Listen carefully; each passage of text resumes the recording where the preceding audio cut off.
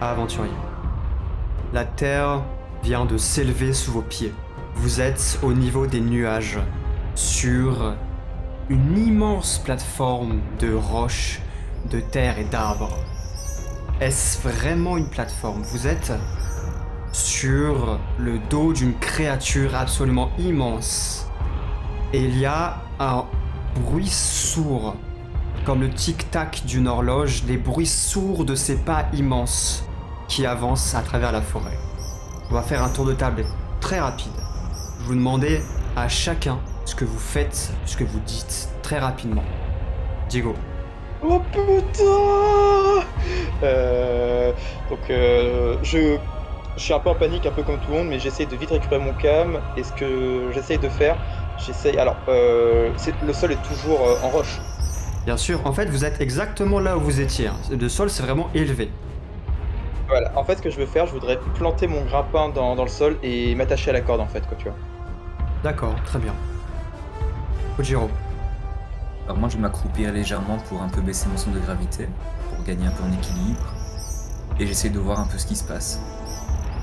D'accord. Bassem. Grâce à mon pouvoir de la terre, je me crée des appuis ou tu sais des des interstices dans lesquels je pourrais m'accrocher, tu vois, comme si je faisais de l'escalade. Je sais pas si tu vois ce que je veux dire. Tu fais des mini-boss, en fait. Donc Voilà, exactement, c'est plutôt ça, ouais, exactement. Il a compris l'idée. Ok, d'accord, très bien. Ensuite, Gurlin. Bah, pour ma part, j'avais exactement la même idée que, Ouais, c'est cool, ouais. que Bassem, donc je pense que dans la panique, je fais exactement la même chose, en voyant agir avant moi, bien sûr. Très bien. Silius. Globalement, je vais aussi essayer de me tasser en fait contre le sol, limite me mettre couché, même si bon, je me salis ou quoi que ce soit. Mais essayer vraiment d'attraper tout ce que je peux pour N'hésitez pas à me tenir la main, vu que je suis accroché. essayer de me stabiliser. Ouais, ou même essayer de choper la corde à Diego. D'accord. Effectivement, votre réflexe à tous, donc ça confirme ce que je disais, Oui. à peu près à tous, c'est de vraiment vous accrocher, de peur de tomber, de vous stabiliser. Et vous êtes vraiment fait pris d'une certaine panique, on peut le dire, sauf pour Fujiro. Fujiro, lance-moi un test de perception, s'il te plaît. Ah, le calme de cet homme. Ah, Fujiro le boss, hein. En même temps, lui, il peut voler. C'est vrai. Non. Voler, voler. Non, non, il peut pas voler, non.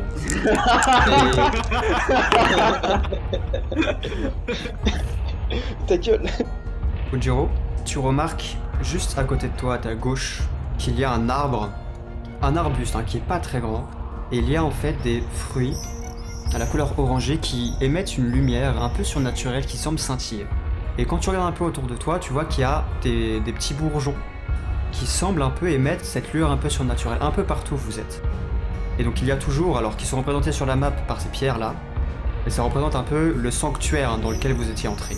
Vous êtes toujours à l'endroit du sanctuaire, en fait, tout est resté en place. Et alors que la structure bouge avec vous, et qu'à chacun des pas de l'immense créature, tout le sol tremble et manque de vous faire tomber. Il y a une voix sortie de la terre qui résonne. N'ayez crainte, guerrier. Vous êtes sous ma protection. Ouais, bah, si t'es en protection, bah, arrête-toi, là, ça tremble un peu. Pas pour dire que t'es gros, mais voilà, quoi. Et moi, si je devine que c'est vraiment le titan de la terre, je glisse à Gurlin, bon, au moins il est pas rancunier pour son avatar. Hein. Il Dans sait la qu'on avait pris la bonne panique, décision. Dans la panique, j'essaie vraiment de reprendre sur moi, mais c'est difficile justement vu qu'elle est en train de bouger en fait.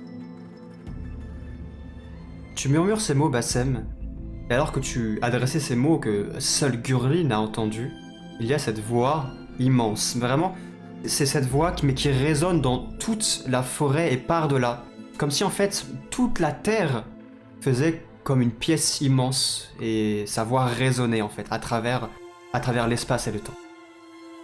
Aucun être ne vit sans prendre la vie d'autrui en retour. C'est le concept même de la vie. Vous m'avez enlevé un de mes fils pour survivre. Que puis-je y faire? Le reste ne me concerne pas. Vous savez, guerrier, j'ai vu les cités humaines. et F se construire et s'effondrer. Mais du coup, vous allez nous aider?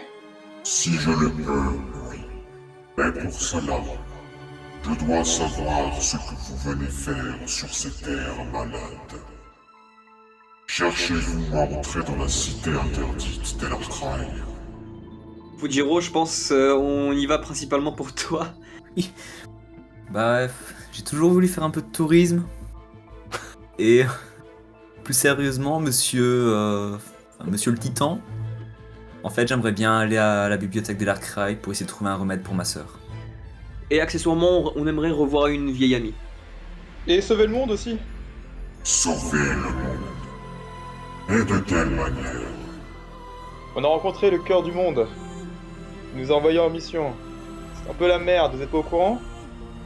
Je le subis plus que je ne le remarque. La Terre n'est plus aussi vigoureuse qu'elle ne l'était. Elle semble perdre lentement de sa vitalité. Les arbres mondes que j'ai jadis plantés à Kilsia décrépissent. Arbre monde. Et ils emportent avec eux les terres qu'ils ont nourries des siècles durant, rongées par un mal qui m'est inconnu. Et vous ne pouvez pas en replanter d'autres. J'en suis incapable. Mon pouvoir n'est plus le même qu'autrefois. Il semble faiblir un peu plus à chaque année qui s'écoule. Ici, il est complètement inefficace. Je ne peux rien y faire. Mais si, maintenant que nous sommes là, vous y pouvez quelque chose, on peut vous aider. Nous sommes des adeptes. Je peux sentir le pouvoir qui réside en vous, effectivement, celui de la synergie. Mais cela suffit-il? Moi j'ai une question. Tu as dit que tu nous observais. Et t'es pas le premier titan qu'on rencontre. Qu'est-ce que vous avez à nous suivre comme ça? Vous êtes suffisamment spéciaux pour qu'on s'intéresse à vous. Le bruit de vos aventures s'est répandu entre nous. Si bien que je sais que vous êtes engagé dans une grande quête. Même si j'en ignore encore les tenants et les aboutissants. Nous autres titans, qui étions là lors de la création du monde, sentons qu'il est sur le point de faillir. Et il est dans l'intérêt de tous que cela n'arrive pas. Je suis essentiel au développement de la vie à Kilsia. Si je venais à disparaître, la terre et les forêts disparaîtraient avec moi. Mais vous, guerriers, dans tout ça, quelles sont vos réelles intentions? Quels sont vos objectifs? Oui, non, en fait, oui, on fait de notre mieux. Disons qu'on rencontre beaucoup de personnes qui ont des points de vue souvent divergents, dont vous, monsieur le Titan. Et on essaye justement de faire coordonner ces points de vue pour créer un espèce d'équilibre dans le monde, et même entre nous. Nous sommes venus ici pour réparer les choses, pour sauver une humaine, retrouver une amie. Et peut-être bien maintenant que vous exposez ce problème, eh bien, guérir une forêt, pourquoi pas. Nous cherchons également les sanctuaires élémentaires. Les sanctuaires élémentaires. J'ai déjà entendu ces noms-là. Que savez-vous à leur sujet? Ah, il sait rien, putain. Des sortes de points de pouvoir où les terres semblent s'accumuler particulièrement. Et cet individu néfaste veut libérer cet éther. Ça pourrait être dangereux pour le monde. Il y en a un Il justement à provoque Alice. ces fameux dérèglements qui semblent vous affecter. L'éther n'est-il pas la source de toute vie? S'il est emprisonné, le libérer n'est-il pas une bonne chose? Ouais, mais pensez à l'échelle humaine. Le cœur du monde nous a prévenus. Un tel déferlement, c'est trop instable. Ça pourrait détruire le monde. Une seule goutte de poison peut servir de remède, On n'est pas à votre échelle. mais toute la flasque tuerait n'importe qui. Pourquoi avoir emprisonné l'éther dans ce cas? Et pourquoi le monde décrépit-il? La dépérition du monde ne devrait-elle pas arriver uniquement si ces individus néfastes parvenaient à leur fin? Enfin, de ce qu'on a compris, ils ont volé quelque chose qui s'appelle les orbes élémentaires, et ça a commencé le dérèglement, justement. Et ils veulent continuer ce dérèglement. Cela signifie que la dépérition du monde est de leur faute alors. D'après le cœur du monde. Et nous sommes là pour endiguer ce changement, pour réparer et ramener le monde à un état antérieur qui est plus stable, dirons-nous. Ah, je sais pas, parce que justement, ce que nous dit le titan, c'est qu'en fait, c'est juste le cycle de la vie, en fait. Genre, Ouais, tu vois, c'est... mais... Parce Oui, qu'il voit ça à bien son sûr. échelle. Il voit Oui, ça à bien son sûr, échelle. à son échelle, et nous, à notre échelle humaine, on n'a pas envie de disparaître, ce qui est totalement naturel, genre. Mhm. Mais je comprends son point de vue aussi, que pour lui, bah, de Ouais, toute bien façon, sûr. c'est juste un cycle, et ça Oui. recommencera de toute manière. Donc moi, Sur je comprends. On a C'est le juste droit que... Bien sûr. On a le droit de se battre. La vie n'est qu'un cycle, oui.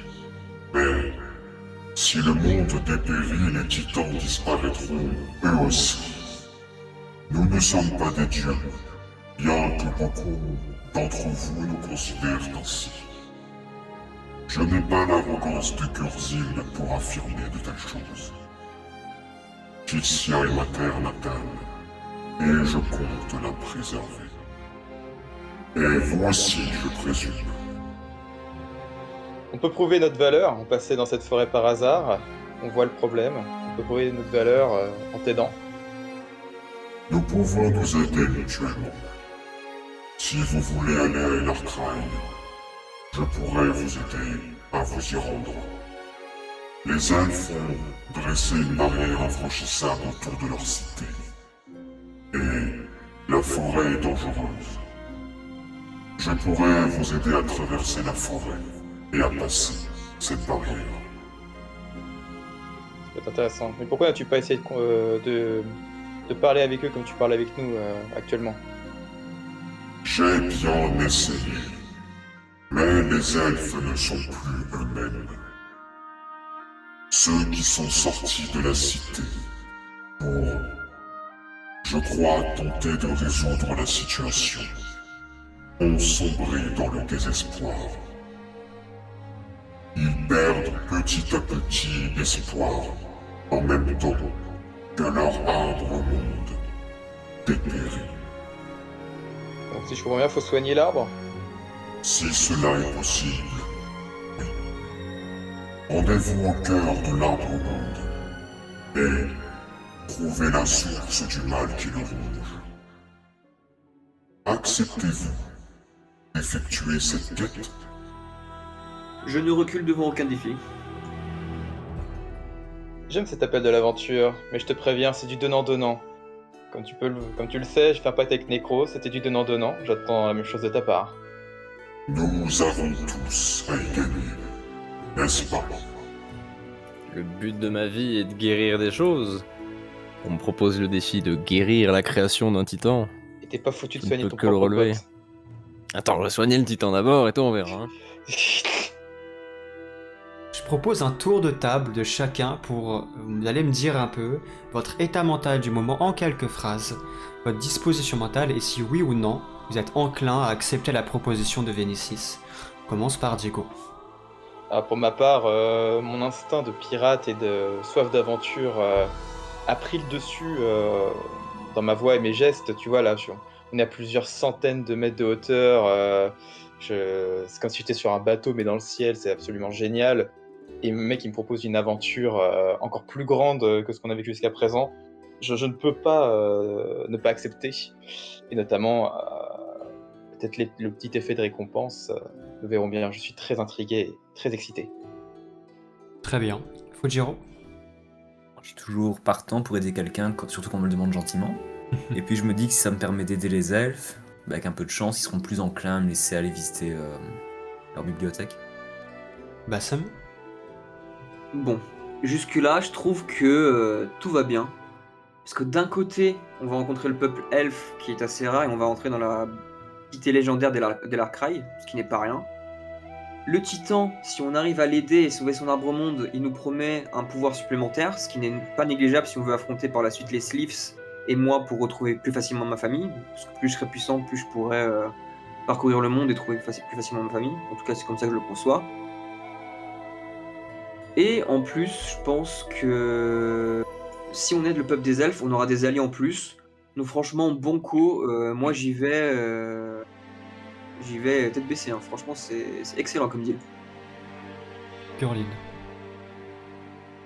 Depuis que j'ai appris l'existence des titans, j'ai consacré des jours et des nuits pour essayer d'en apprendre un peu plus. Hein. C'était l'objectif de ma vie, c'était mon rêve d'essayer de prouver au monde entier, à tous ceux que je connaissais, que les B.A.B.A. qui proclamaient haut et fort, qui était important pour l'existence même de la vie, étaient complètement biaisés. Et au final, me voilà face à deux troisième titans. Et pourtant, je peux pas m'empêcher de recevoir cette douleur justement au cœur. Je m'approche de ce que je rêvais, mais finalement, je reçois que déception et de me dire que c'est absolument pas ce que je pensais. Ouais, c'est vrai qu'ils sont un peu nuls quand même. Mes objectifs commencent du coup à changer, ils sont encore plus assombris, mais mes rêves, eux, commencent à être détruits et je commence à me poser des questions sur ma capacité du coup à mener à bien du coup les objectifs que je m'étais fixés. Très bien. Et quant à la proposition de Vénécis? Quand j'ai rencontré le monde, j'étais sûr et certain que c'était un peu ma destinée du coup d'accomplir ce qu'ils nous avaient demandé. Ça n'a pas changé. Disons juste que je suis plus vraiment maître de ce qui se passe. Silius. D'abord, je voudrais, j'allais dire signaler, mais je voudrais souligner que parmi tous les titans qu'on a rencontrés, et en dehors d'Atroposia, c'est peut-être le titan le plus avenant, peut-être. Il essaye pas de nous avoir, à nous forcer à passer des pactes qu'il va l'avantager. Il nous demande littéralement de l'aide, sans essayer de nous avoir, ou ce qui est très rare hein, parmi tous ceux qu'on a pu rencontrer. Mais clairement oui, je vais accepter sa proposition. J'ai déjà la tête qui est remplie d'idées, je fulmine, je tourne à 100 000. Déjà, qu'est-ce que ça peut être la nature du mot qui le touche, si c'est un organisme, un parasite, une maladie, une infection. Bon, je suis déjà en train d'essayer de chercher des contre-mesures possibles. Mais bien sûr qu'une créature comme celle-là, je peux pas permettre. En plus, apparemment, si il nourrit littéralement le monde, je peux pas permettre en fait qu'il disparaisse. Donc, Tu as mis le doigt sur un détail qui est très important. Un titan qui est censé être les êtres ultimes. Les titans sont censés être les êtres ultimes, faits d'éther, au pouvoir immense. Et c'est quand même très étrange, effectivement, qu'une créature si puissante vous demande de l'aide à quoi? À 5 mortels. Il y a ce côté un peu de balance en fait qui s'est complètement renversé, où une créature si puissante se retrouve en fait sans moyen d'agir face à un désastre, et qui s'en remet en fait à une échelle beaucoup plus petite. Tandis que Vénécis avance très lentement, mais en fait chaque pas qu'il fait, c'est des centaines et des centaines de mètres, donc même si lui avance très lentement, au final vous avancez beaucoup plus vite que si vous marchiez à pied, et en fait vous voyez la forêt avancer avec vous. Et vous voyez au loin une immense barrière, et de dizaines et de dizaines de mètres de haut, d'arbres, de ronces, de végétation qui sont enchevêtrés, comme pour dissimuler quelque chose. Et au-dessus, il y a comme une sorte d'une nappe de brouillard, qui crée un peu une illusion d'optique, comme une immense bulle en fait dans la forêt. Et alors qu'il avance et que vous êtes sur son dos. Nous arrivons bientôt. Puisque vous avez accepté ma requête, cueillez un des fruits sacrés qui pousse sur un jeune arbre au monde, juste derrière vous. Et goûtez-y. Il témoigne de ma bénédiction. Et effectivement, il y a... J'adore les pommes. C'est Chirac. T'as Chirac qui débarque, il sort de l'arbre. Putain, attends, et puis moi je fais mon pirate des Caraïbes, un cajot de pommes. Pour tous ceux qui cueillent ce fruit et qui croquent dedans, la première chose, c'est que la saveur de ce fruit est indescriptible. C'est la meilleure chose que vous n'ayez jamais mangée. Et lorsque vous avalez cela, vous regagnez toute votre psy pour ceux qui le mangent. Let's go. Allez, Oui. tout le monde le mange, attention ceux qui voulaient pas. Alors. Est-ce que quelqu'un ne le mange pas? Très bien. Moi j'ai une Et petite moi, question. je tiens juste à Kana. dire, je tiens juste à dire, quand c'est Nécrose qui fait ouais vas-y on fait pas avec moi, tout le monde oh non vas-y je suis pas chaud. Par contre le mec là qui te propose une pomme, ah vas-y let's go on y va à fond quoi. Tu Non vois, mais c'est- après là, c'est Ouais, un c'est des ça. premiers titans qu'on rencontre qui est réellement bienveillant en fait. Nécrose il est bienveillant. Oui. Et du coup, Kalin, je voulais juste te demander, est-ce que il y a des sortes de pépins ou des trucs comme ça dans ces fruits? Oh let's go, oh le crevard. Non. Merde. Ah, il t'a vu venir, il t'a vu venir.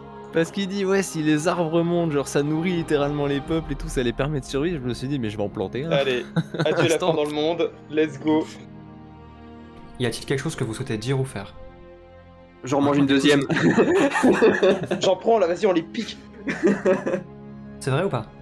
Non, en fait, moi, je me dis, oh, c'est tellement bon, et j'essaye d'en cueillir un deuxième. Lorsque tu tends la main pour en cueillir un second, au moment où tu mets ta main sur le fruit se met à décrépir à une vitesse folle. Et il tombe à tes pieds. Oh, il a plus de pouvoir 100%. Il est au bout du rouleau le titan, je crois. Ok. En venant, on a croisé les elfes avec des champignons sur eux. Est-ce que les champignons sont quelque chose que vous avez créé par le passé? Ou c'est quelque chose qui est apparu soudainement dans la forêt? La forêt des sylphes est méconnaissable depuis que l'arbre monde chante son dernier requiem. Malgré mes tentatives pour la préserver, rien n'y fait. La forêt semble être destinée à mourir, et rien ne semble pouvoir arrêter cela. Pas même moi. Et depuis combien de temps a commencé ce requiem? C'est difficile à dire.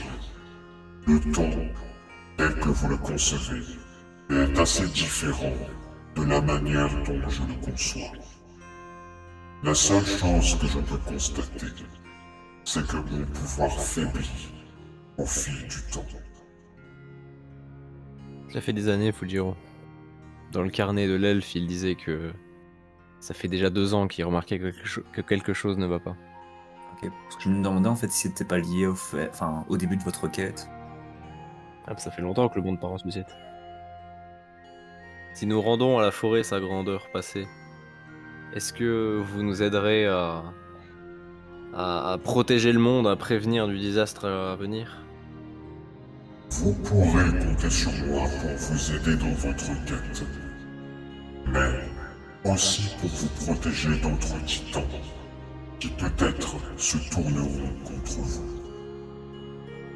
Après tout, Gurziel se nourrit de la destruction et Passionis de la souffrance. Bah, je veux poser ma paume en fait contre la mousse, contre son corps, contre son dos. Et dire je t'aiderai, Titan. Je te le C'est promets. Et ces pas s'arrêtent. Et vous êtes vraiment très proche de cette immense barrière de ronces. Nous sommes presque arrivés. Mais je ne peux aller plus loin. Je sens déjà mon pouvoir s'affaiblir. Lorsque vous serez devant la barrière, je vous ouvrirai le passage. Et alors qu'il dit ça, vous voyez son corps qui s'affaisse dans un immense tremblement de terre, et vous regagnez le sol. Et ça produit un immense nuage de fumée, de poussière. Le titan, comme par enchantement, et c'est extrêmement étrange, et ça vous rappelle, alors je sais plus à qui je l'avais dit, mais c'est les études qu'a fait Gurlin sur les titans, qui disaient que les titans c'est bizarre parce qu'à la fois ils font partie de ce monde, à la fois ils ne font pas vraiment. Comme ils sont faits d'éther pur, en fait, les notions de temps, de réalité, d'espace sont vachement perturbées. Et une fois que tout est redevenu normal et que vous regardez autour de vous, c'est comme s'ils n'avaient jamais été là. Et tout semble avoir parfaitement repris sa place, malgré l'épais nuage de fumée et de poussière qui s'est dégagé de la zone. Et vous découvrez un paysage qui est bien plus funèbre. Vous vous retrouvez au milieu des bois et effectivement la barrière de ronces n'est plus très très loin, il faut quand même progresser à travers cette forêt, il vous reste un peu de terrain à faire. Et là vous arrivez vraiment dans une forêt qui est complètement morte, il n'y a plus une seule feuille sur les arbres, l'herbe est terne, il y a des champignons qui ont poussé un peu partout, alors qu'il y a ce vent froid et humide qui parcourt la forêt et qui emporte avec lui des senteurs de moisissure qui émanent de la terre. Et il y a les branches des arbres décharnés qui craquent comme des vieux os, et chaque craquement semble être un râle plaintif, douloureux. J'aimerais savoir si chacun d'entre vous désire faire quelque chose. Tigo. En vrai, c'est un peu chiant qu'on soit réatterri dans un endroit impossible comme celui-là, parce que Gurlin et Silus ils vont très bien, mais Fujiro, Bassem et moi, qui sont un peu les attaquants du groupe, on est un peu mal au point, pour le dire hors méta, on est midlife tous les trois. Ouais. Donc ça aurait été bien, tu vois, de se poser là où était à la base Vénicis, parce que évidemment il y a eu la conversation avec Vénicis après, on a bougé. Donc je sais pas si on devrait continuer à avancer, j'ai peur que ce soit un peu trop dangereux de rester là. J'attends d'avoir l'avis du groupe sur cette question. Est-ce qu'on continue à avancer malgré le fait qu'on soit pas optimal, ou est-ce qu'on essaye de se trouver un point où on puisse au moins se reposer quelques heures histoire de bien reprendre des forces tous les trois? Je laisse ça en discussion avec le groupe. Après, la forêt est en train de mourir, hein.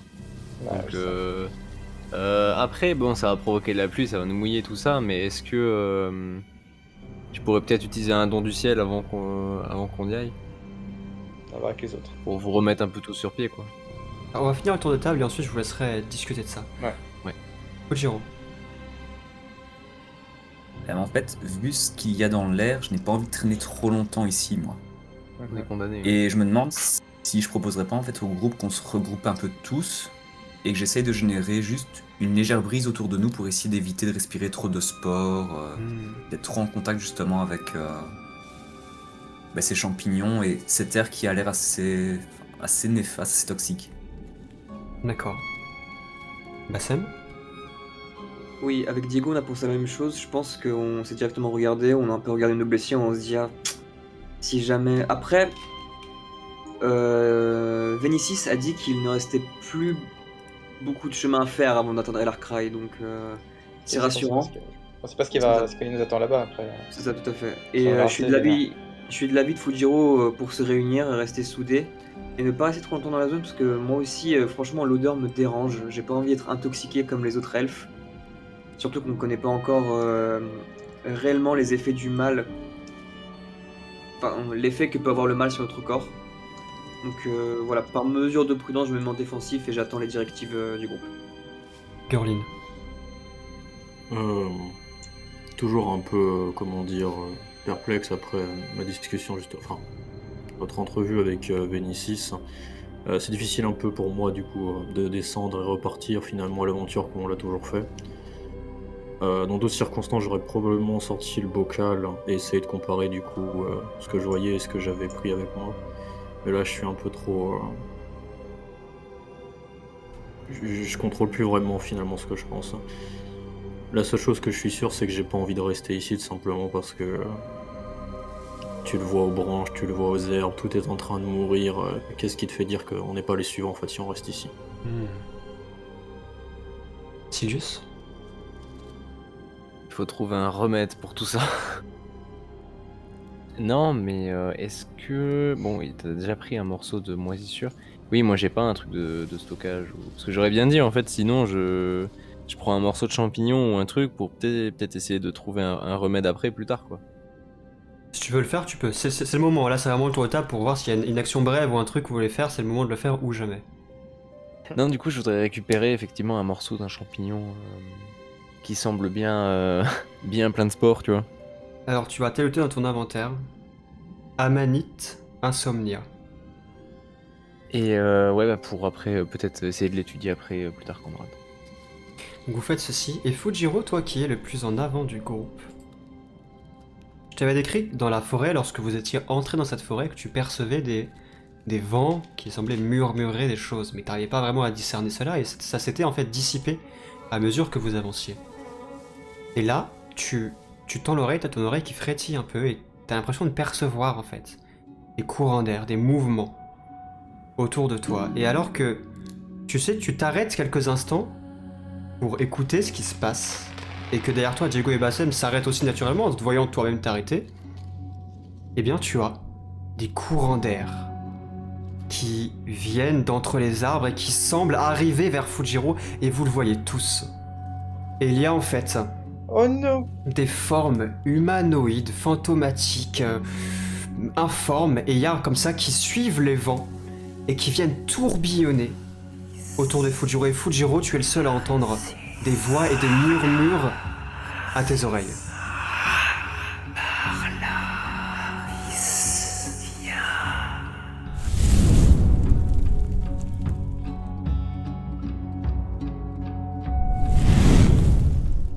Et tu as ces créatures dansantes autour de toi qui te murmurent tout ça. Et certaines ont déjà commencé à s'en aller. Et tu vois qu'ils semblent s'en aller vers une direction. Est-ce que c'est vers l'Arkraï ou c'est une direction différente? C'est par là. Non, mais je lui tape dans le dos et je fais bah alors, mec, t'as envie de chier ou quoi? Ça va? Reviens avec nous. Vous avez rien vu? Si, on les a vus, mais... Et vous C'est vrai avez que toi t'as vu entendu? d'autres choses. Non. Ah, Qu'est-ce qu'ils t'ont dit? ils m'invitent à les suivre. Et t'as envie de les suivre? Ils n'ont rien fait qui ne m'inspirait pas confiance. Je ne sais pas si ils sont bons ou mauvais. Je ne connais pas leur intention, mais j'ai une envie de les suivre. Je ne sais pas pourquoi, mais j'en ressens le besoin.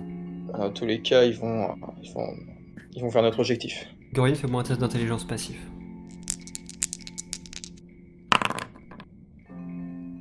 Gorin, tu as très clairement compris que les créatures que vous venez de voir, ce sont des sylphes. Ici, ça dit que les sylphes C'est des. partaient un peu dans tous les sens. Ouais, mais attends, est-ce que c'est pas des créatures bienveillantes de base du coup? Si, non, mais justement, mais il a dit que Oui. même eux, ils étaient impactés et ils changeaient, quoi. Eh mais écoute, au pire on est des adeptes, eh les gars on Oui. est forts, on a des gros bibis, de toute façon c'est l'aventure, ça fait partie de l'aventure, on y va les gars. J'imagine trop dire ça. Le mec, il est en train de faire regarde mon muscle. Vous C'est m'avez bon, l'air bien vas-y, là. confiant, mais vous avez retenu seulement ce que je vous ai dit à propos des sylphes la dernière fois? Non. Ils sont du... Je suis honnête. De ce que je sais, et encore, il s'agit des paroles... elles sont pas du coin, mais les sylphes sont du genre à jouer des tours.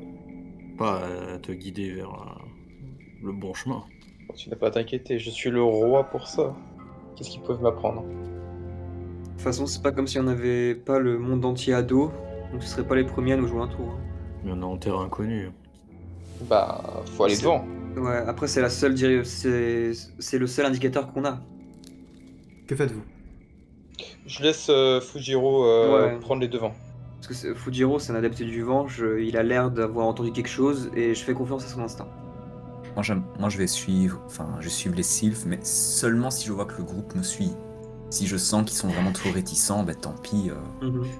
Vas-y, passe devant. Alors, qui ouvre la marche, qui ferme la marche? Comment avancez-vous? Moi je vais suis ouvrir derrière la Diego. marche. Vu que Bah, je dans suis le ce seul sens-là, vraiment à je dirais. pouvoir les voir et les entendre, je vais ouvrir la Ouais, marche. voilà, on fait la même compo ou avec Fujiro, on avance Ouais ensemble. ouais, 4-4-2 avec un faux offensif, faux numéro 9, j'aime bien, vas-y on y va. Vous suivez les sylphes qui vous guident à travers les bois sombres. Et vous arrivez à une trouée où il y a un arbre gigantesque qui est décharné. Et cette vision, pour ceux qui y sont sensibles, vous emprit d'une peine profonde de voir ce qui a dû être certainement un bijou de la nature complètement décharné. Il y a une fine couche de brume qui s'est levée ici. Et vous entendez tous des murmures qui accompagnent cette brume. Ojiro, que fais-tu alors que tu arrives près de l'arbre et qu'il y a les vents qui tournoient et qui semblent tournoyer autour de l'arbre? Alors j'aimerais juste poser un genou à terre et mettre ma main sur la racine qui est juste ici. Pour voir si je peux savoir si l'arbre est mort depuis longtemps. Et j'aimerais essayer de m'adresser aux sylphes en leur demandant pourquoi ils nous ont conduits ici. Qu'est-ce qu'ils attendent de moi? Fujiro, tu mets ta main sur l'écorce de l'arbre qui s'affaisse légèrement quand tu mets ta main dessus, à quel point l'écorce est fragile. Et en fait, tu relèves la tête vers ta main. Et quand tu relèves la tête vers le tronc de l'arbre, tu as une vision très perturbante. Il y a dans le tronc de l'arbre une silhouette qui se dégage. Comme si quelque chose était retenu, emprisonné dans l'arbre. Une silhouette de 2 mètres de haut, dont la cage thoracique est entièrement faite de racines. Mais tu distingues un visage humanoïde. Comme si quelqu'un était... Tu vois un peu comme Han Solo dans le Carbonite. Mhm. Est-ce que je remarque si la personne, enfin, cette chose est vivante ou... Je vais te dire juste après, je vais demander aux autres s'ils veulent faire quelque chose. Moi, oui. Si tu veux agir avant, Diego, je crois que tu voulais faire un truc. Non, je n'ai rien à faire, juste je suis un peu dégoûté par cette vision, mais bon, j'ai vu, enfin, par la vision d'une espèce de faux cadavre là, comme ça, mais j'ai vu des trucs similaires sur Halo Pirate, je peux m'en remettre, et je n'ai pas d'action particulière à faire. Du coup, moi, pour ma part, oui, dans un premier temps, je suis assez perturbé par ce que je vois. Parce que ça contraste énormément par rapport à l'orée de la forêt. Comme disait Vénicis, en fait, plus on s'enfonce, et plus vraiment c'est desséché, c'est décharné, c'est horrible. Mais ça fait quand même plusieurs endroits où je vois ces papillons rouges et j'aimerais étudier un peu leur comportement. J'ai l'impression qu'ils sont tout le temps attirés par quelque chose. Ou alors je me trompe, MJ, mais et c'est juste un hasard du décor, mais sans plus.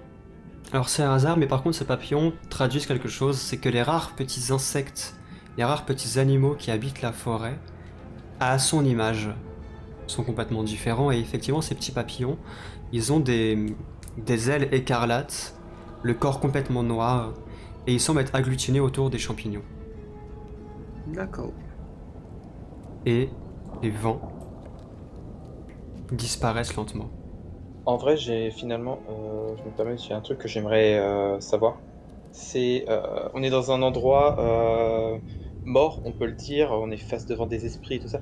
Et j'aimerais savoir si intérieurement, avec mon lien avec Nécrose, j'ai pas des sensations ou autre chose comme ça, étant donné que maintenant j'ai un lien fort avec la mort. Est-ce qu'il se passe quelque chose en fait? Pour l'instant non. D'accord, merci. Fujiro, donc tu m'as dit que tu voulais t'approcher un peu plus et essayer de voir s'il y avait un mouvement vivant. Tu t'approches. Tu vois, tu passes ta main sur ces racines qui forment comme une cage thoracique. Comme si tu passais ta main sur de vieux os. Et lorsque tu fais ça, il y a un bruit de craquement, de multitude de craquements, et tout d'un coup, il y a cette silhouette qui s'extirpe du tronc de l'arbre. Chut! Tiro, recule! Wow. Non mais il a l'air ouvert au dialogue, ça va. Vous découvrez une créature de 2 mètres de haut, le corps décharné, qui, un peu comme la dryade que vous aviez croisée, comme si cet individu avait fusionné avec la nature, mais cette nature est complètement morte. Les branches qui forment sa cage thoracique sont complètement décrépies, et seul son visage présente encore des parties de chair, une peau complètement terne, sombre. Et il a dans sa main droite un grand bâton, pareil, tout aussi décharné, avec au bout une aiguille écarlate. Wow. Et il s'extirpe de l'arbre, laissant derrière lui en fait un trou béant dans l'arbre qui s'effrite lui-même et qui s'affaisse. Et tu vois que de là où il était enchevêtré, il y a des champignons, de la moisissure. Une forte odeur parcourt tes naseaux. Comment sont les yeux de la créature? Complètement noir. Merde. Quel est ton premier... Fujiro, quel est ton premier réflexe? J'aimerais reculer d'un pas et mettre mon bâton pour me défendre. Très très bien, tu fais ça. Vous qui tentez de corrompre notre forêt, engeance du mal qui foulait notre sol sacré, vous devez périr. Ah merde. Alors justement, il y a un petit malentendu. C'est pas nous qui sommes à l'origine du mal. Au contraire, on essaie de le soigner, ce mal. Et alors que tu tentes de parlementer, il lève sa main vers toi. Et il t'assène un coup de bâton, tu étais en posture défensive, tu réussis à parer le coup au dernier moment, tu te recules en posture de combat. Et j'aimerais savoir ce que Diego fait, étant vigilant. Donc j'ai vu cet être s'attaquer à Fujiro peut se défendre. Je le vois comme quelque chose d'hostile, je ne me pose pas de questions. Je suis assez proche, je vais lancer un feu Funku. Je me mets sur mes mains et là avec un jump depuis mes mains, je concentre tout mon feu sur mes jambes pour donner un énorme coup avec mes deux pieds. Très bien, tu vas me lancer ton test et tu vas t'ajouter un dé de malchance. Ah putain, d'accord. Ouais, il doit hear boss music. Ça passe, mais je lance le dé de malchance. Ah non, c'est toi qui le lance, pardon. Absolument. Ah putain, bon, faut que je relance. Aïe aïe aïe, c'est dommage. Et pareil. Tu vas me lancer tes jets de dégâts. Pas mal. Pas mal du tout même. Quand je t'ai dit, je me suis appuyé sur mes mains un peu à la verticale et je me suis propulsé avec la puissance de mon Funku en même temps en concentrant un petit peu une petite explosion sur mes mains pour pouvoir sauter, prendre un élan et une vitesse un peu roquette et avec mes pieds en plein dans la figure. S'il essaie de se protéger, j'essaye de bien construire ma force pour briser son bouclier au pire. Très très bien. Bah déjà, j'ai en profité aussi pour faire ma manœuvre second souffle. Après avoir infligé des dégâts, je peux récupérer un des 4 psy. Let's go. Laisse lancer ta manœuvre de second souffle. Ça passe. Ça passe, let's go. Bon jeu. 2. Donc du coup, c'est comme si je n'avais perdu qu'un seul point. Absolument. Donc Diego, tu fais cela, tu te propulses en avant et tu vois l'elfe Siloriel qui te voit du coin de l'œil, qui effectivement lève son bouclier. Tu ratterris sur lui et il y a une explosion qui se produit et son bouclier vole complètement en éclats. Ah ouais. Je réatterris sur mes mains et en une sorte de petite tornade toupie, je réatterris sur mes jambes et je me relève. Et il relève la tête comme un robot machinalement vers toi Merde. et il donne un coup avec son bâton. Oh, il réagit déjà. Néanmoins, tu es vif, Diego, tu es encore sous l'adrénaline et tu fais un pas en arrière et tu te courbes en arrière et tu vois la lame de cette aiguille qui te passe juste au-dessus du visage. Et alors qu'il se passe ceci et que vous êtes tous surpris plus ou moins par ce qui vient de se passer, la violence du coup de Diego, Gurlin, fais-moi un test de perception. Ah merde. Vous entendez des craquements osseux, des craquements de bois tout autour de vous. Ouais, Et comme des cris plaintifs qui se dégagent de la forêt. c'est Dark Souls, hein. Ça s'arrête plus. Oh, Let's go. Gurlin, tu as le temps de entendre juste derrière toi un bruit de craquement, quelque chose se déplacer, tu as le réflexe de te tirer de là. Alors que vous voyez tout autour de vous Oh shit. des tréants, ces arbres qui s'extirent de la végétation, mais qui sont complètement décharnés. Des champignons leur poussent dessus. Les quelques rares herbes vertes qui leur restent sont en train de tomber. Et il y a des yeux rouges, noirs pour certains, qui animent leur visage de bois. Et Gurlin, tu as échappé au dernier moment à ce tréant qui venait t'enlacer, qui venait te griffer avec ses branches. Et donc, il se passe ceci. Et il y a donc cet elfe, si on peut appeler ça ce qu'il reste d'un elfe, qui te repousse, Diego. Tu vois sa main en fait qui s'allonge comme des racines qui s'allongent, qui te repoussent. Et tu vois qu'il ouvre la bouche, il pousse un cri strident. T'en veux encore, c'est ça? Alors que vous entendez autour de vous qu'il y a des vents vifs qui commencent à prendre toute la zone de combat. Et il y a des spores qui sont amenés par ces vents, qui pénètrent dans votre bouche, dans votre nez, que vous respirez malgré vous. Et vous êtes tous victimes de l'état poison. Fujiro, fais une barrière devant. Fujiro. Justement, ce que j'aimerais bien aimer faire, Ah non. c'est essayer de créer une espèce de tourbillon de vent autour de nous pour éviter que trop de spores n'arrivent sur nous. Très bien, lance-moi un test de brise. Pour pouvoir dissiper tous les spores d'un coup, ça va te demander au moins 2 points de psy. Si je veux faire un truc en synergie avec lui, Ok. j'attends mon tour pour le lancer ou je peux tenter maintenant? Ouais, vous pouvez tenter. S'il fait des espèces de tourbillons, parce que je sais pas comment tu veux faire ta barrière devant, Fujiro.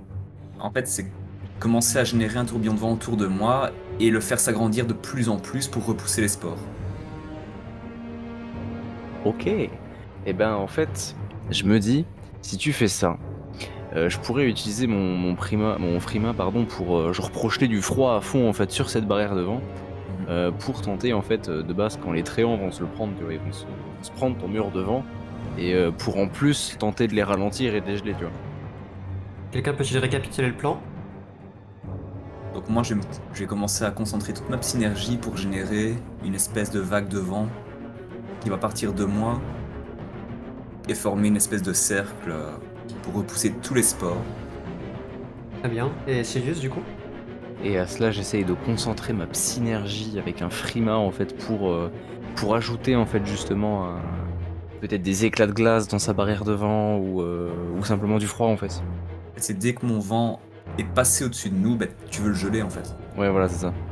Très bien. Vous allez successivement me lancer un test de frima et de brise.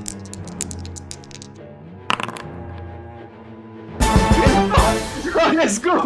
Let's go, nique ta mère. Magnifique. Faut pas que je me rate alors. Oh putain, j'ai vu le vin. Moi aussi. Lance-moi ton jet de dégâts, Sirius. Ce qu'il se produit, c'est qu'il y a justement cette tornade de vent qui commence à entourer Fujiro et qui dissipe ces spores que tu respires. Fujiro qui te retire ton état poison, et tu vois tes courants d'air qui commencent à devenir glaciales. Et bientôt, il y a un blizzard, une tempête de grêle qui s'abat sur le champ de bataille et qui touche tous les ennemis. Sympa. Alors que vous voyez justement ces ennemis qui commencent à être couverts d'éclats de glace en fait, tout simplement. Néanmoins, Fujiro, alors que les spores se dissipent et que tu as une respiration à nouveau saine, tu ressens qu'il y a quelque chose qui est déjà rentré en toi. Et que de dissiper les vents, apparemment ne sera pas suffisant. Diego. Alors, je vais prendre un risque, les gars. Je compte sur vous si jamais ça tourne mal. Non. Oui, bien sûr, t'inquiète. Ce que je vais faire, je vais sortir mon Faucheur d'âme. Je vais passer en offensif. Let's go. Et je vais attaquer avec en utilisant une charge. Très bien. Je sors mon Faucheur d'âme. Je vais faire un peu tournoyer. Et pendant aussi que je veux du coup attaquer, je vais également lancer un dé de chance avec. Oh, let's go, monsieur! Monsieur jouait classe. Très bien. Lance-moi d'abord ton test et ensuite ton dé de chance. Le miracle, le miracle. On veut le miracle, hein. Attends, mon Faucheur d'âme, il est là. Ça passe avec les deux, je pense. Ça réussit. Lance-moi le dé de chance. Bah ouais, du coup. Miracle! Non! C'est parfait ça. Bonne chance. Ah à 1%. Oh, on en parlait tout à l'heure, c'est incroyable. Je me retiens de crier, mes parents viennent d'aller se coucher, je me retiens de hurler, les gars. Incroyable. Non mais va leur dire que t'as fait un miracle. Hein. Ils vont comprendre. Diego, tu dégaines le faucheur d'âme au mot, tu dégaines, vous entendez tous comme un cri étouffé venu d'autres tombes. C'est la première fois que tu entends ça. Et alors que tu la dégaines, vous voyez se former des lames spectrales en cercle. Et il n'y en a pas une, il y en a 4. Oh, c'est incroyable. Et il y a 4 lames spectrales qui se forment autour de Diego et qui commencent à danser autour de lui. Et dis-moi ce qu'il se passe, Diego. Du coup, en fait, ce que je fais, je n'abats pas un coup, mais en fait, j'abats plusieurs petits coups, tu sais, en mode un peu très Jojo-esque. Moi, je fais tac, mais ça commence rapidement. Je fais un coup, 2 coups, 3 coups, tac, tac, tac, tac, tac, tac, tac, tu sais, et le temps augmente là comme ça. Alors que tu donnes ton coup, il y a en fait toutes ces lames spectrales qui ont leur propre volonté. Et alors que tu frappes une première fois Siloriel qui part avec son bâton, il y a le sable qui profite de ce moment-là pour se figer dans son épaule, l'autre qui lui lacère le bras, et il y a une danse d'armes spectrales, une danse macabre. Et Siloriel est frappé de toutes parts. Diego, t'es en offensif. Tu infliges 80 dégâts x 4. Ah, putain, le miracle fait que c'est. Ah, bah, le miracle fait que c'est x4 et pas x2. C'est comme si j'avais 4 charges, incroyable. C'est le coup de ma vie, les gars. Normalement, ça aurait dû être x2 vu que Ouais, c'est ça fait genre un double critique quoi en fait le. Parce qu'en fait, si vous savez pas, mon sabre, en fait, je peux avoir 4 charges maximum. En fait, à chaque charge que je dépense, ça me fait un autre dégât. Donc là, c'est comme si mon sabre était plein en fait. Ah oui, C'est effectivement. incroyable. Absolument. Ah, c'est ce qui se passe, c'est exactement ce qui se passe. On est dans Final Fantasy là. Oui, oui, de fou. Je ne peux faillir à mon devoir. Retourne d'où tu viens. Et alors que il s'affaisse et que tu penses que tu en as fini, Diego, tu vois qu'il y a au niveau du sol des racines de l'arbre qui gagnent son corps et qui refont partie de lui. Et son bras qui était tombé, son bras gauche qui était coupé par une de tes armes, commence à se reformer. Oh non. Et tu as des racines qui partent de son torse et qui reforment avec horreur un autre bras. Diego, tu vas néanmoins te retirer des points de vie à cause du poison. Ça va. Et Diego, tu entends dans ton esprit alors qu'il se passe ceci, une voix. Tue-le. Son existence est contraire à mes commandements. Je n'obéis qu'à moi-même. Si je le fais, c'est par moi et pas par toi. Bassem. Eh bien, moi, mec, vu que je sens que j'ai un peu de poison et tout, pour la toute première fois, j'inaugure le bracelet de plénitude. Bien vu. Ça fait quoi ça? En utilisant Ah, une perle, vous ouais. pouvez effectuer un test de volonté afin de dissiper n'importe quel état, à l'exception de l'état malédiction. Vas-y. Allez, test de volonté, les gars. Oh là là là là. Trop chaud, les gars. Bassem, donc tu as ce bracelet qui est autour de ton poignet, tu commences à tâter les perles qui émettent une petite lueur rouge et tu te sens tout de suite investi d'une énergie nouvelle et effectivement tu peux te retirer de ton état poison. Let's go. Est-ce que le mob à gauche a des jambes? J'ai l'impression qu'il a des espèces de trucs jambes. Oui, bien sûr. Bah, comme je contrôle l'élément de la terre, j'aimerais retirer de l'écorce pour le faire tomber. Comme je contrôle l'élément de la terre, logiquement, je peux lui enlever des parties de son corps, je suppose. Alors tu vas pouvoir faire ce test de vigueur, mais je vais diviser ton test par deux, comme t'as déjà agi. Ok, tu divises par 2, ça marche. Ok, c'est faire. Franchement, je prends le pari. Ça passe, beau. yes, let's go, T'es allez. trop chaud. T'es trop beau, frère. Lance-moi tes dégâts quand même. Pour être mieux. Ouais, ça pourrait être mieux, je suis d'accord. Donc Bassem, tu fais cela et ça a marché, donc tu retires des parties d'écorce, il trébuche et il aura un désavantage sur son action. D'accord, cool. Néanmoins, clairement, cette créature est d'éléments de la terre et tu vois qu'elle résiste très clairement à ton influence. Bon, bah, je vais me transformer en bûcheron, les gars. Hein. Je sors la hache et on avisera après. C'est à celui-ci d'agir. Donc celui-ci s'approche avec des pas lourds et il pousse un cri rauque. Et Bassem et Sidious, vous voyez à vos pieds qu'il y a en fait des racines noueuses qui s'extirpent du sol. Néanmoins, vous êtes tous les deux en défensif. Lancez-moi un test d'agilité. Ça passe pour moi. Il est incroyable ce mec. Oh là là, mais Oh, le chaton. Sidious, alors que les racines commencent à sortir de terre, tu te retournes, tu tends la main et celles-ci se cristallisent et deviennent des petites sculptures de glace. Not today. Très jolies. En plus, c'était exactement ce que je voulais faire, donc bien vu. C'est au tour de Gurlin. Pour ma part, du coup, j'aimerais prendre une certaine distance justement avec le triangle, c'est ça? Tréant. Triangle, pardon, excuse-moi. Prendre mes distances, donc faire un bond en arrière et caster Simulacre pour lui donner justement un autre adversaire que moi. Très bien, tu vas me faire ce test et tu vas te mettre un malus de -2. Ouais, parce qu'il y a les éléments de la terre, on est dans la merde. Ah, Gurlin et moi, on n'est pas avantagés sur ce coup-là. On va le faire, on va y arriver. Oh, let's go. Tu vas me retirer tes points de psy, Gurlin.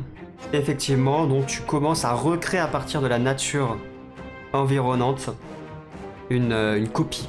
Néanmoins, alors déjà je rappelle une chose, Simulacre, les stats sont divisés par 2 par rapport au clone de base. Oui, oui. Au moins, ils peuvent faire diversion. Et tu vois en fait que alors que ton clone commence à se créer, que il décrépit à vue d'œil. Ah ouais. Ouais, donc ça fait que spécifiquement la terre, pas la synergie. Donc c'est au trait en agir.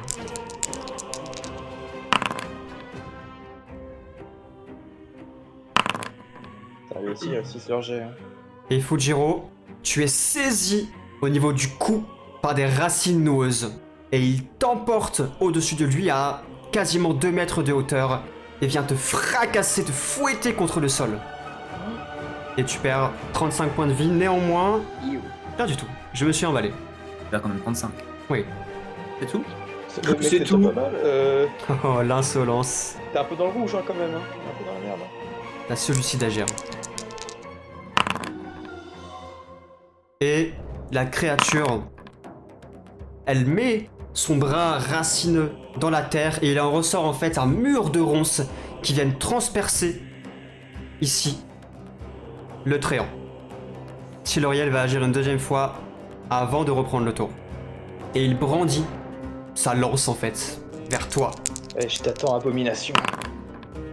Et il s'avance d'un pas vif vers toi, il est comme aspiré vers toi, ou est-ce toi qui es aspiré vers lui? S'il a réussi, je vais faire un passo doblé. Alors fais-le tout de suite ça. Très bien. T'as un dé de malchance. Let's go. Il passe. Est-ce que. Comment ça va se passer? Ouais, malchance, let's go. Mouvement. Mouvement. Ça va. En fait, ton passo doublé, au final, ça lui file une malédiction pendant un tour. Oui, c'est ça en fait. Oh là là là là. Excellent, ça. Alors ce qui se passe, ils arrivent vers toi et il y a sa main qui te saisit au niveau du torse. En fait, ce qui se passe, je lui fais une prise de fond coup avec quand même mon sabre à la main, donc c'est un peu gênant, mais je fais de mon mieux quand même. Où je lui prends le bras et j'essaye de le retourner un peu une prise de judo en fait, quoi, tu vois, pour le mettre derrière moi et en tout cas, au moins si j'échoue, au moins dévier son attaque, quoi. Là, c'est exactement ce que tu fais. Et avec ton sabre qui est des guignards, tu fais ça, tu donnes un coup dans le bois et en fait tu le coupes, tu lui sectionnes la main, ce qui permet de te libérer de son emprise. Et il y a énormément le dé de malchance de mouvement. Mhm. En faisant ça, toi tu te positionnes ici, dos contre l'arbre. Ok. Et tu sens derrière toi venir des racines de l'arbre qui te saisissent. Oh là là, non. Et vous voyez tous Diego qui est aspiré dans l'écorce de l'arbre. Attendez, je ne suis pas Gurline. Et il y a des racines immenses qui commencent à l'enchevêtrer, qui le baillent au niveau de la bouche. Et Diego commence à être aspiré dans l'arbre. Et c'est une fin de session.